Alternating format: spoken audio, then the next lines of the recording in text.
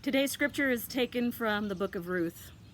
Just to set it up a little bit, in the first chapter of Ruth, we hear that Naomi and her husband are experiencing a famine in their land, and so they move to the country of Moab. And while there, Naomi's husband dies. Her sons, she has 2 sons, and they over time marry, and after 10 years with their wives, the 2 of them are killed. And so we enter the story today with Naomi and her daughter-in-laws. And we are in Ruth chapter 1, starting at verse 8. After a short while on the road, Naomi told her daughter-in-laws, "Go back. Go home and live with your mothers. And may God treat you graciously as you have treated your husbands and me. May God give each of you a new home and a new husband." She kissed them, and they cried openly. They said, "No, we are going on with you to your people." But Naomi was firm. "Go back, my dear daughters. Why would you come with me? Do you suppose I still have sons in my womb who can become your future husbands? I'm too old to get a husband and to have sons. And you, would you wait that long before you could become married for them to grow up and for you to become married? This is a bitter pill for me to swallow," said Naomi. "More bitter for me than you. God has dealt me a hard blow." And again they cried openly. Orpah, one of her daughter-in-laws, kissed her goodbye, but Ruth embraced Naomi and held on.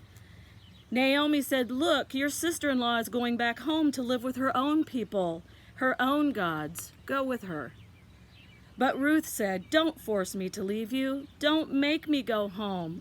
Where you go, I go. Where you live, I'll live. Your people are my people, and your God is my God. Where you die, I'll die, and that's where I'll be buried. So help me God. Not even death itself is going to come between us."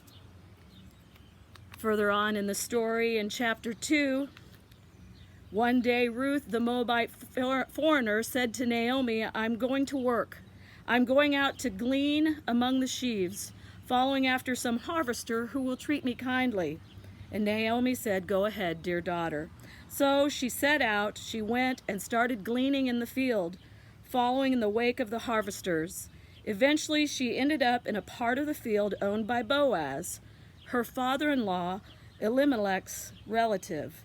A little later, Boaz came out of Bethlehem, greeting his harvesters. "God be with you," they replied, "and God bless you." Ruth gleaned in the field until evening. Then she threshed out what she had gathered. She ended up with nearly a sack full of barley. She gathered up her gleanings, went back to town, showed her mother-in-law the result of her day's work, and she gave her the leftovers for her lunch. And then we continue on. Or maybe we don't. Thought I had one more scripture reading. Well, apparently that's at home. Okay. I'll edit that out. Okay.